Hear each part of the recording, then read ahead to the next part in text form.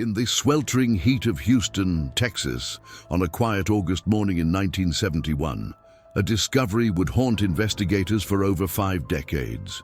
What began as a routine patrol would uncover a crime so methodical, so calculated, that it would challenge every forensic technique available at the time. The summer of 1971 marked a pivotal moment in American history. The Vietnam War dominated headlines. The Apollo missions had recently put man on the moon, and Houston was experiencing unprecedented growth as the energy capital of the world.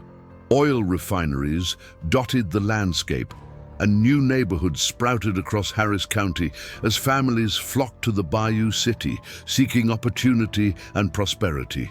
Against this backdrop of progress and optimism, the West Side district of Houston represented the American dream in motion. Tree-lined streets hosted modest single-family homes where young professionals and growing families had planted roots. Children rode bicycles on sidewalks while mothers tended gardens and fathers commuted to downtown offices or nearby industrial complexes. It was a community where neighbors knew each other's names and front doors remained unlocked. 26-year-old Patricia Caldwell embodied the spirit of her generation.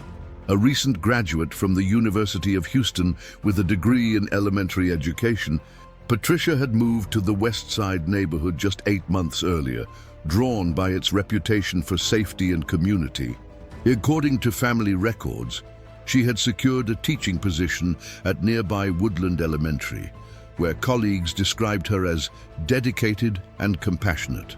Patricia lived alone in a small but well-maintained rental house on Elm Creek Drive, a quiet residential street where mature oak trees provided shade from the relentless Texas sun. Her neighbors would later tell investigators that she maintained a predictable routine: morning jogs through the neighborhood, evening walks to the local library, and weekend visits to her parents who lived across town in the Heights district. Those who knew Patricia described a young woman with clear ambitions and strong family ties. She'd grown up in Houston, the eldest of 3 daughters in a close-knit Catholic family. Her father worked as a supervisor at a local manufacturing plant, while her mother managed the household and volunteered at their parish church. Patricia had inherited her parents' work ethic and their commitment to education as a pathway to betterment. The teaching profession in 1971, Houston offered both challenges and rewards. The city's rapid expansion meant new schools were constantly being built, creating opportunities for young educators like Patricia. She had specifically requested assignment to Woodland Elementary because of its diverse student population and reputation for innovation in early childhood education. Colleagues at the school would later recall her enthusiasm for developing new reading programs and her particular skill in working with children who struggled academically. Patricia's personal life reflected the changing times for American women. Unlike many of her contemporaries who married immediately after college, she had chosen to establish her career first. She dated occasionally, but maintained her independence, a decision that her family supported despite some traditional expectations. Her closest friend, a fellow teacher named Dorothy Chen, would later describe Patricia as someone who carefully planned her future while remaining open to new experiences. The West Side neighborhood where Patricia had chosen to live represented Houston's post-war suburban expansion.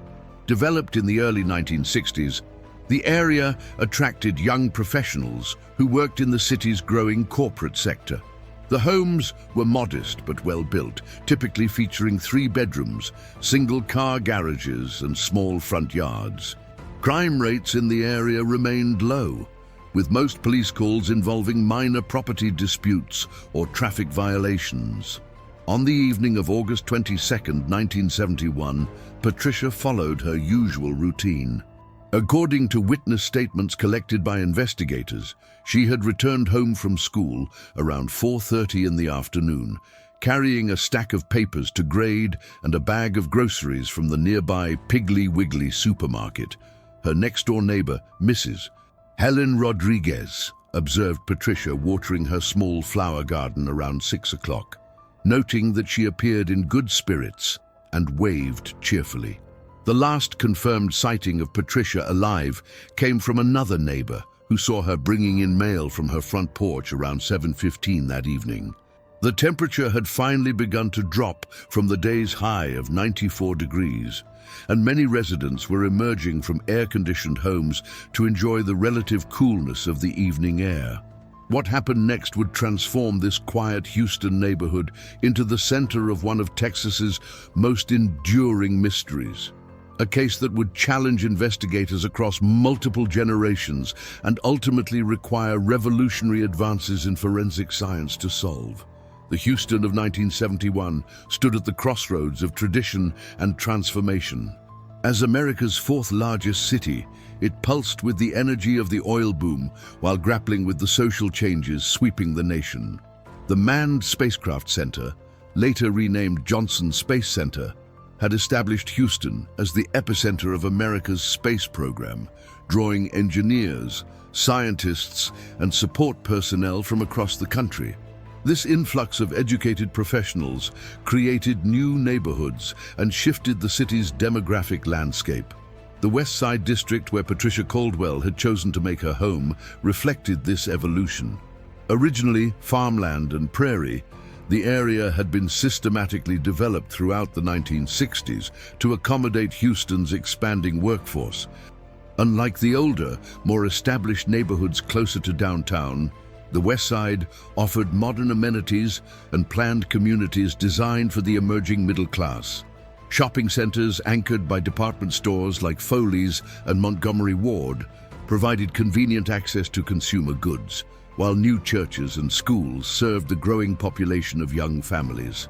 Patricia's decision to pursue teaching aligned with broader social trends affecting American women in the early 1970s. The profession offered one of the few socially acceptable career paths for college-educated women, providing both financial independence and community respect.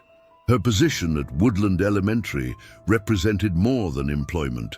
It symbolized her commitment to contributing meaningfully to society while maintaining the autonomy that her generation increasingly valued. According to school district records, Patricia had distinguished herself during her student teaching assignments. Her supervising professors noted her natural ability to connect with children from diverse backgrounds, a skill particularly valuable in Houston's rapidly integrating school system. The city was navigating the complex process of desegregation, and teachers like Patricia played crucial roles in creating inclusive learning environments that reflected Houston's changing demographics. Patricia's family background provided the foundation for her educational aspirations. Her parents, Robert and Helen Caldwell, had migrated to Houston from rural East Texas during the 1940s, part of the massive population shift that transformed the city from a regional center into a major metropolitan area.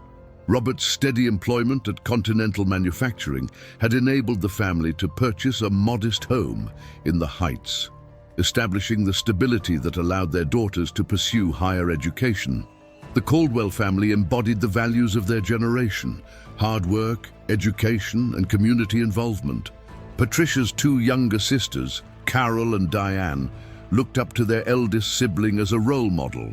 Carol, then 21, was completing her nursing degree at Texas Woman's University, while 18-year-old Diane had just begun her freshman year at Sam Houston State University.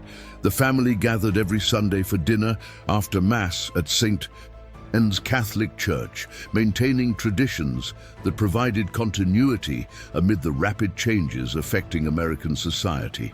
Patricia's personal interests reflected the cultural currents of her time.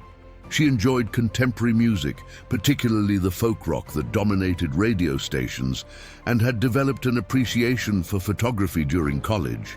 Her small apartment featured carefully arranged prints of her work, landscapes captured during weekend drives through the Texas Hill Country, candid shots of her students during classroom activities, and family portraits taken during holiday gatherings. The young teacher had also embraced the fitness trends emerging in American culture. Her morning jogging routine, unusual for women in 1971, demonstrated her willingness to challenge conventional expectations. Neighbors often observed her running through the neighborhood in the early morning hours, wearing simple athletic clothes and maintaining a steady pace that suggested serious commitment to physical fitness. Patricia's social circle consisted primarily of fellow educators and young professionals who shared her interests in cultural activities and community involvement. She regularly attended performances at the Houston Symphony and had season tickets to the Alley Theater, one of the city's premier cultural institutions. These activities reflected both her personal interest and her commitment to remaining connected to Houston's broader intellectual and artistic communities. The apartment on Elm Creek Drive that Patricia called home represented her first independent living situation. The modest two-bedroom unit featured hardwood floors, large windows that provided excellent natural light, and a small kitchen where she enjoyed experimenting with recipes collected from colleagues and family members. She had furnished the space carefully, combining practical pieces with decorative items that reflected her personality, plants that thrived in Houston's humid climate, books that revealed her wide-ranging interests, and artwork created by her students. This carefully constructed life, built on education, family values, and community engagement, would soon be shattered by an act of violence that would haunt Houston for decades to come. The morning of August 23, 1971, began like any other in the West Side neighborhood. The Texas sun had already begun its relentless climb toward another scorching day when Mrs. Helen Rodriguez noticed something unusual. Patricia Caldwell's morning newspaper remained untouched on her front walkway, and her car sat in the same position it had occupied the previous evening. According to police reports, Mrs. Rodriguez had grown accustomed to Patricia's predictable schedule. The young teacher typically retrieved her Houston Chronicle by 7 o'clock each morning, often pausing to wave at neighbors before beginning her daily jog. When the newspaper remained undisturbed past 9:30, Mrs. Rodriguez felt compelled to investigate. The concerned neighbor approached Patricia's front door and knocked repeatedly, receiving no response. The house appeared secure from the outside, with no obvious signs of disturbance. However, Mrs. Rodriguez noticed that Patricia's bedroom window, which typically remained closed due to the air conditioning, stood partially open. This detail, seemingly minor at the time, would later prove significant to investigators. Growing increasingly worried, Mrs. Rodriguez contacted the Harris County Sheriff's Office at approximately 10:15 that morning. The dispatcher initially classified the call as a welfare check, a routine request that typically involved officers confirming the safety of residents who had missed expected appointments or failed to maintain regular contact with family members. Deputy Frank Morrison arrived at the Elm Creek Drive address within 20 minutes of the initial call. According to his official report, Morrison conducted a preliminary exterior examination of the property, noting no immediate signs of forced entry or disturbance. The front and back doors remained securely locked, and the windows appeared intact except for the partially opened bedroom window that Mrs. Rodriguez had observed. Morrison's attempts to establish contact through knocking and calling Patricia's name proved unsuccessful. Following standard protocol for welfare checks, he contacted his supervisor to request permission for entry into the residence. The decision to enter was made based on the unusual circumstances: a reliable neighbor's concern, the victim's known routine, and the absence of any response to repeated attempts at contact. Entry was gained through the rear door of the residence using standard police procedures. Morrison's initial sweep of the living areas revealed a home that appeared normal in most respects.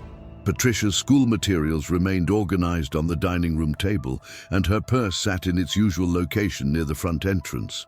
However, certain details suggested that something was amiss. The discovery that would transform this welfare check into a homicide investigation occurred when Morrison reached the bedroom area of the small apartment. According to official records, Patricia Caldwell was found deceased in circumstances that immediately indicated criminal activity. The scene suggested a violent encounter had taken place, though investigators would later note the absence of significant property damage or obvious signs of struggle in other areas of the home. Morrison immediately secured the scene and contacted the Harris County Sheriff's Office Criminal Investigation Division. Within an hour, the quiet residential street had been transformed into an active crime scene, with yellow tape cordoning off Patricia's property and detective vehicles lining the normally peaceful neighborhood. Detective Lieutenant James Patterson, a 20-year veteran of the Sheriff's Office, assumed command of the investigation. Patterson had handled numerous homicide cases throughout his career, but the circumstances surrounding Patricia's death presented unique challenges. The apparent lack of forced entry suggested either that the perpetrator had gained access through deception or that Patricia had known her attacker. Initial examination of the scene revealed several puzzling elements that would complicate the investigation. Personal items appeared undisturbed, ruling out robbery as an obvious motive. The methodical nature of the crime suggested premeditation rather than a spontaneous act of violence. Most significantly, the perpetrator had apparently taken steps to minimize physical evidence, indicating familiarity with police investigative procedures. News of the crime spread rapidly through the tight-knit West Side community. Neighbors gathered in small groups along the street, speaking in hushed tones about the young teacher who would become Houston's latest homicide victim. The sense of security that had characterized the neighborhood evaporated as residents grappled with the reality that such violence could occur in their midst. Patricia's family received notification of her death through official channels later that morning. The devastating news shattered the Caldwell household and sent shockwaves through the extended network of relatives, friends, and colleagues who had known and respected the dedicated educator. As investigators began their methodical examination of the crime scene, they faced the daunting task of solving a case that would challenge every forensic technique available in 1971. Detective Lieutenant James Patterson and his team faced immediate pressure to solve what appeared to be a carefully planned crime. The Harris County Sheriff's Office allocated significant resources to the investigation, recognizing that a murder in the previously safe West Side neighborhood demanded swift resolution. However, the forensic limitations of 1971 would prove to be substantial obstacles in their pursuit of justice. The initial investigation focused on three primary areas: Patricia's personal relationships, potential random criminal activity, and the possibility of a perpetrator known to the victim. According to case files, investigators conducted extensive interviews with family members, colleagues, and acquaintances, attempting to identify anyone who might have harbored ill intentions toward the young teacher. Patricia's romantic relationships became an early focus of the investigation. Detectives discovered that she had dated several men over the previous 2 years, though none of these relationships had been serious or long-term. Each individual was thoroughly investigated, with alibis verified and backgrounds examined. Police records indicate that all of these potential suspects were eventually cleared through witness testimony and circumstantial evidence. The investigation team also explored the possibility that Patricia had been targeted by someone from her professional environment. Woodland Elementary's staff and parent community underwent scrutiny as detectives sought to identify any individuals who might have developed an unhealthy interest in the dedicated teacher. This line of inquiry proved particularly challenging as Patricia's professional interactions were numerous and generally positive. Forensic analysis in 1971 relied heavily on fingerprint comparison, blood typing, and physical evidence examination.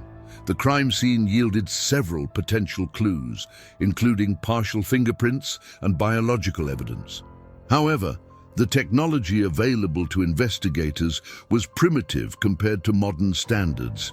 Blood typing could only narrow suspects to broad categories, and fingerprint analysis required existing records for comparison.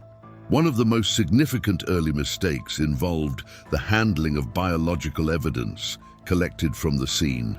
According to later reviews of the case, certain samples were not properly preserved using the storage methods available at the time. This oversight would have lasting consequences for the investigation, as some potentially crucial evidence deteriorated beyond usefulness within the first year of the case. The investigation team pursued several false leads that consumed valuable time and resources. An early theory suggested that Patricia might have been killed by a transient individual passing through the Houston area. This hypothesis led to extensive coordination with law enforcement agencies across Texas and neighboring states, as investigators sought to identify similar crimes that might indicate a pattern of behavior.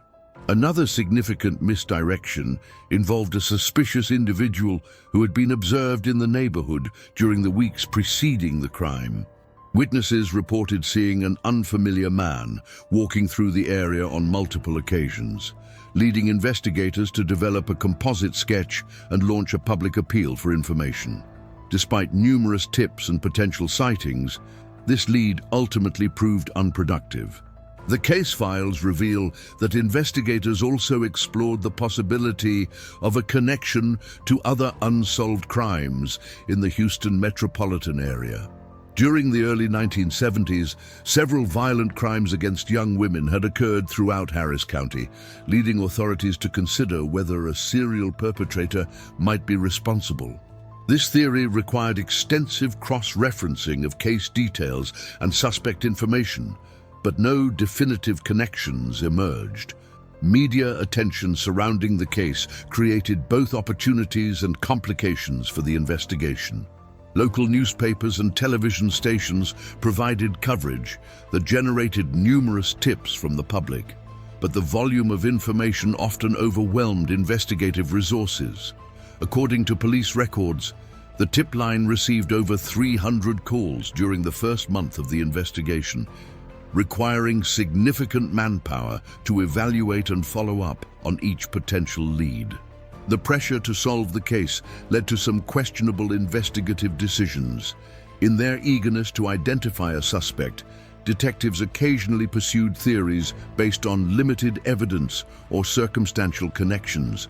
These efforts, while well-intentioned, sometimes diverted attention from more promising avenues of investigation. As weeks turned into months, the initial momentum of the investigation began to slow. The absence of clear physical evidence linking any suspect to the crime, combined with the limitations of 1970s forensic technology, left investigators with a growing collection of dead ends and unanswered questions. By the end of 1971, the Patricia Caldwell case had consumed thousands of investigative hours without producing an arrest or even a primary suspect. By the spring of 1972, the Patricia Caldwell investigation had officially transitioned into what law enforcement agencies classify as a cold case. The Harris County Sheriff's Office had exhausted its active leads, and Detective Lieutenant Patterson was reassigned to newer homicide cases that demanded immediate attention. The file containing hundreds of pages of witness statements, forensic reports, and investigative notes was transferred to the Cold Case Division, where it would remain largely dormant for the next several years. The impact on Patricia's family proved devastating and enduring. Robert and Helen Caldwell struggled to comprehend how their daughter's killer could simply vanish without consequence. According to family friends, the couple aged visibly in the months following Patricia's death, with Robert taking early retirement from Continental manufacturing and Helen withdrawing from many of her community activities. The weekly family dinners that had once brought joy to the Caldwell household became somber gatherings, marked by Patricia's conspicuous absence. Patricia's sisters, Carol and Diane, found their own lives forever altered by the tragedy. Carol completed her nursing degree but relocated to Dallas, seeking distance from the painful memories that Houston represented. Diane struggled academically during her remaining college years, eventually changing her major from education to business administration, unable to follow in her sister's footsteps. Both sisters would later describe feeling perpetually unsafe, constantly looking over their shoulders and questioning the motives of strangers. The West Side neighborhood experienced a fundamental transformation in the wake of the unsolved murder.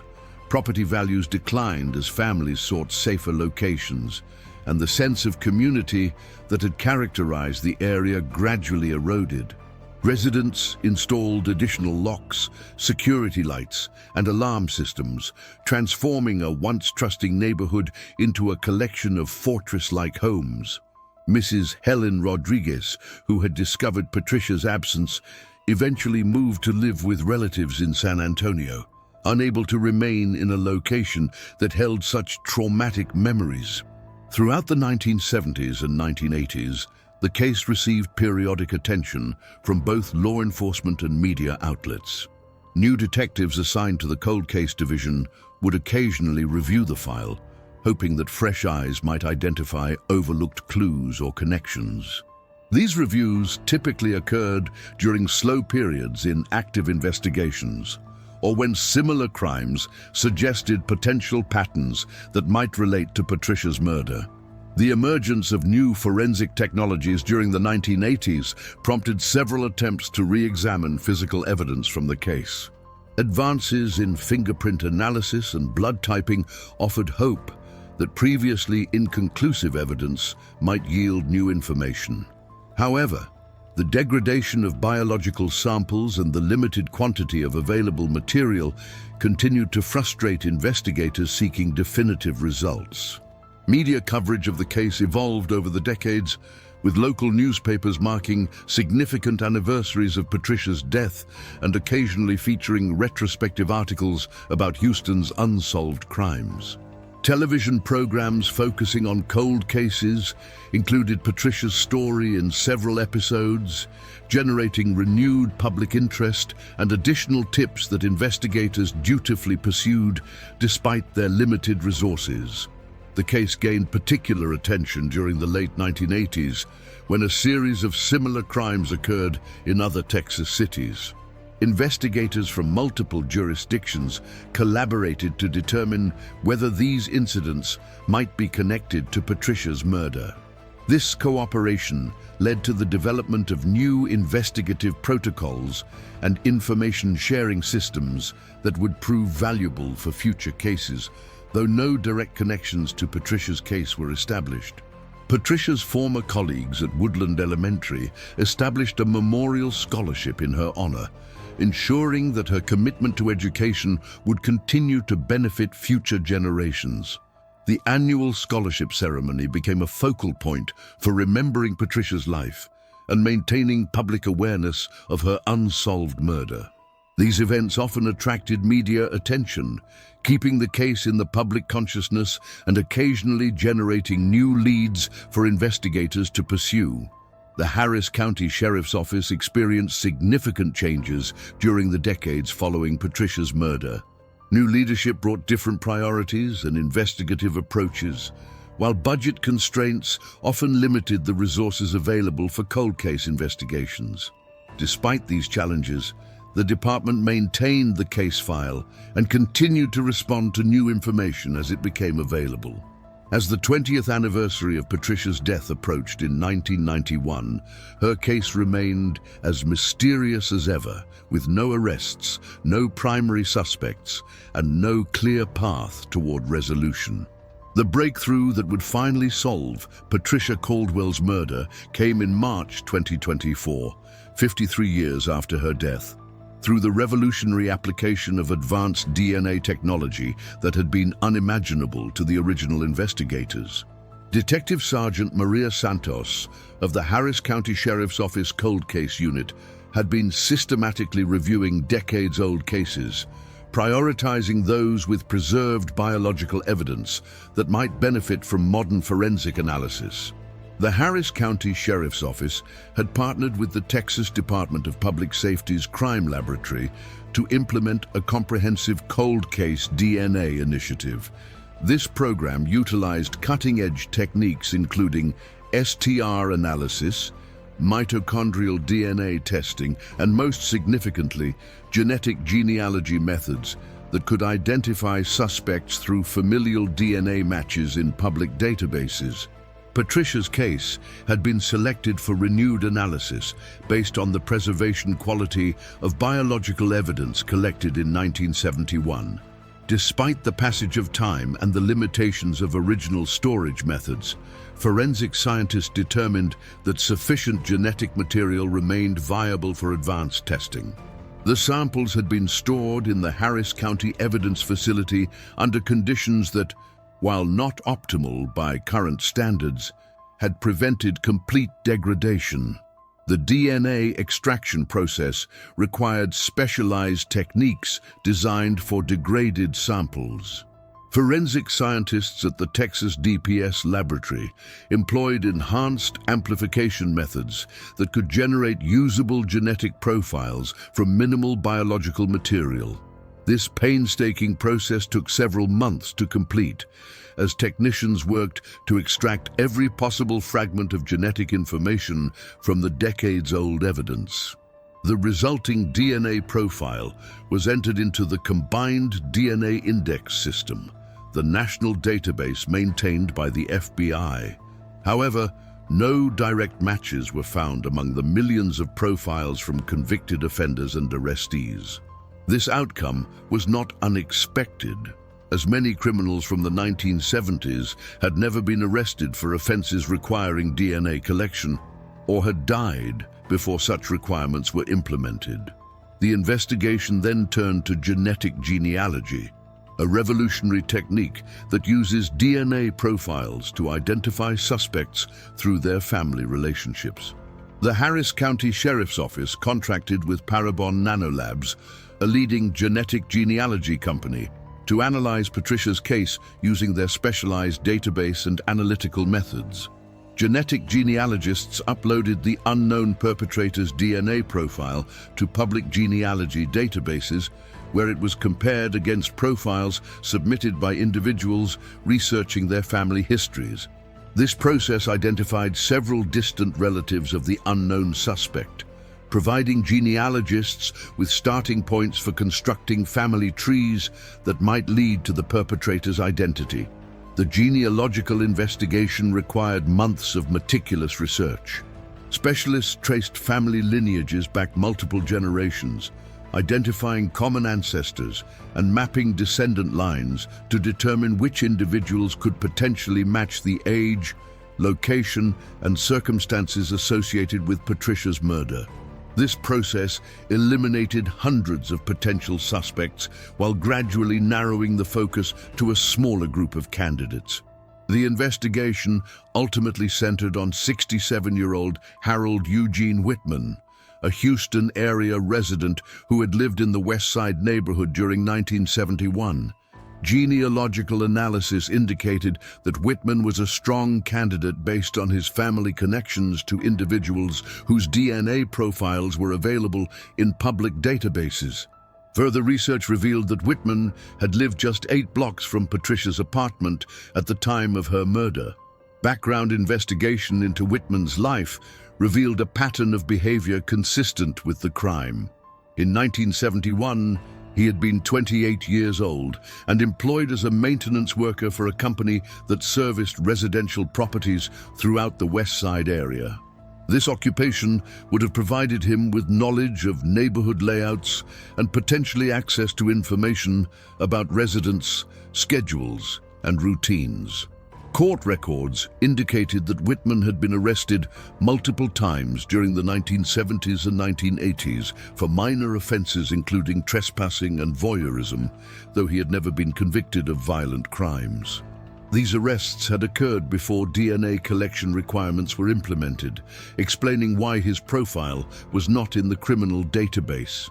To confirm the genetic genealogy findings, investigators obtained a discarded item containing Whitman's DNA through legal surveillance methods. Forensic analysis of this sample provided a direct match to the DNA profile developed from evidence collected at Patricia's crime scene in 1971. The statistical probability of this match occurring by chance was calculated at less than 1 in several trillion. Armed with this definitive forensic evidence, the Harris County District Attorney's Office filed murder charges against Harold Eugene Whitman on October 8, 2024.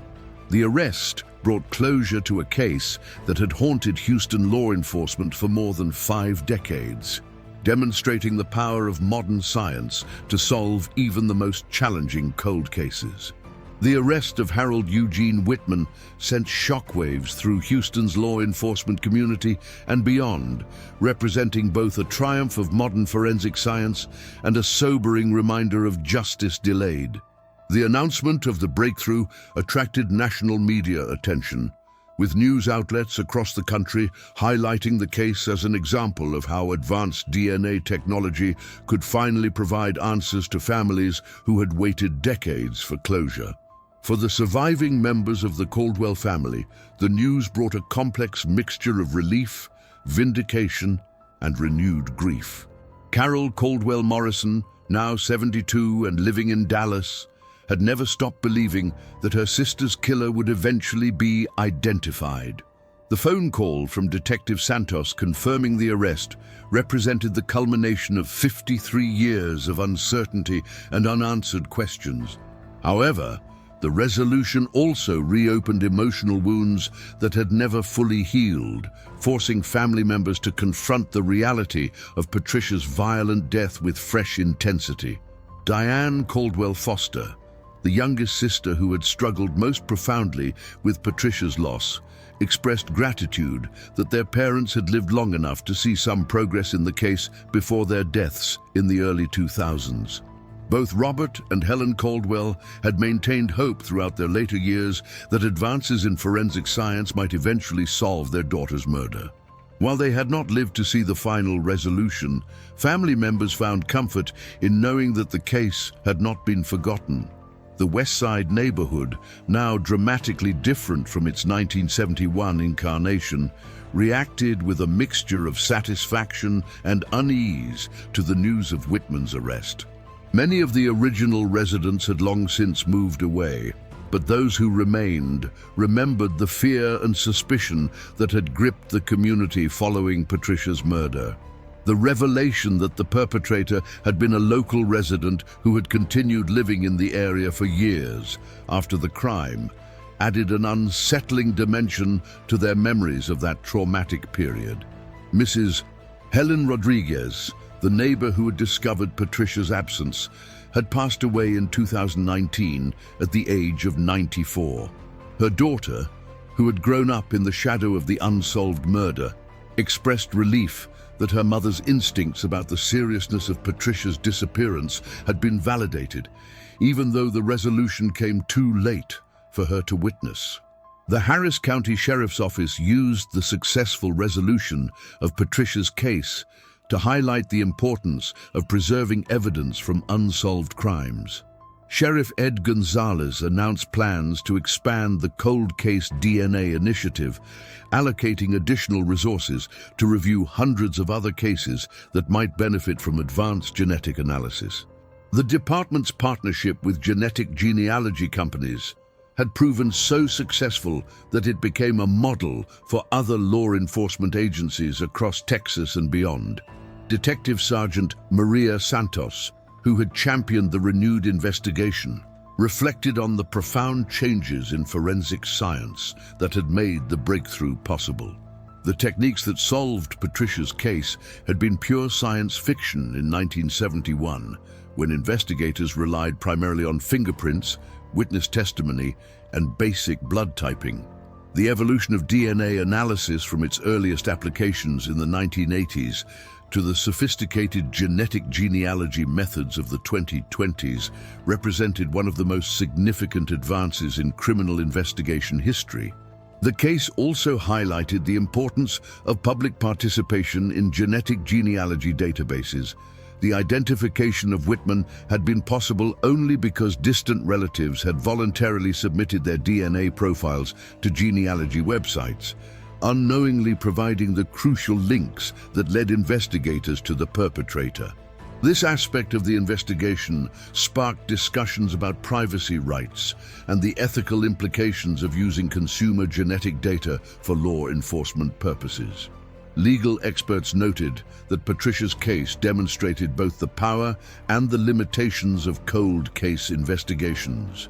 While modern technology had finally identified the perpetrator, the passage of time had eliminated many potential witnesses and complicated the prosecution's preparation for trial.